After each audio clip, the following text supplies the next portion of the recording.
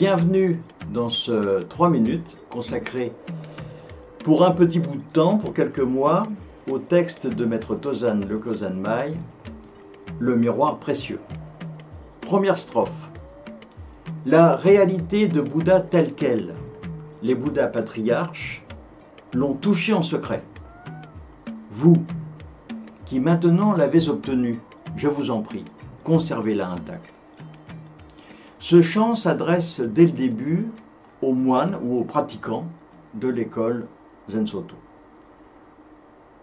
Mais je dirais peut-être au-delà de cela à tous les pratiquants du Zen, puisque à cette époque-là, en Chine, la pratique s'appelait le Chan.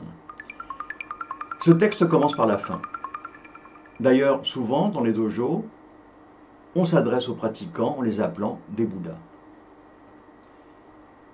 Durant la méditation, nous touchons en secret la réalité de notre être profond, le Bouddha.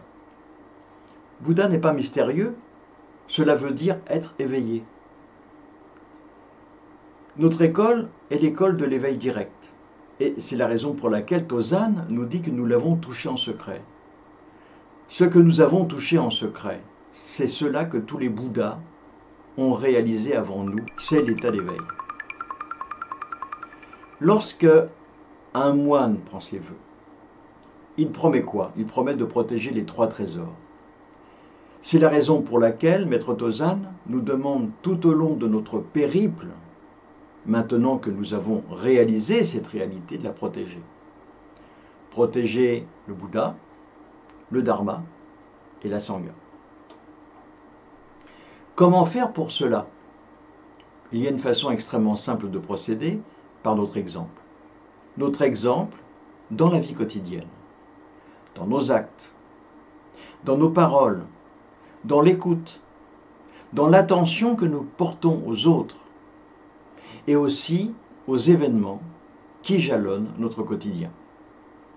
Mais cela ne veut pas dire devenir la poubelle des autres, la poubelle des êtres toxiques, genre passif-agressif, ceux-là même qui profitent de notre bienveillance. Nous devons porter cette attention en conservant toujours notre libre arbitre et en faisant en sorte de garder une certaine distance afin de pouvoir toujours intervenir de façon pondérée.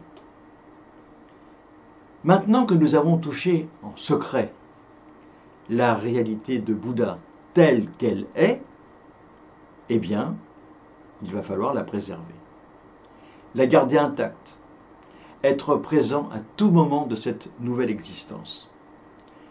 Je vous retrouve donc bientôt pour vous exprimer la suite de ce poème de Maître Tozan. En attendant, essayez d'être heureux juste pour montrer l'exemple. Comme disait Prévert, à très bientôt.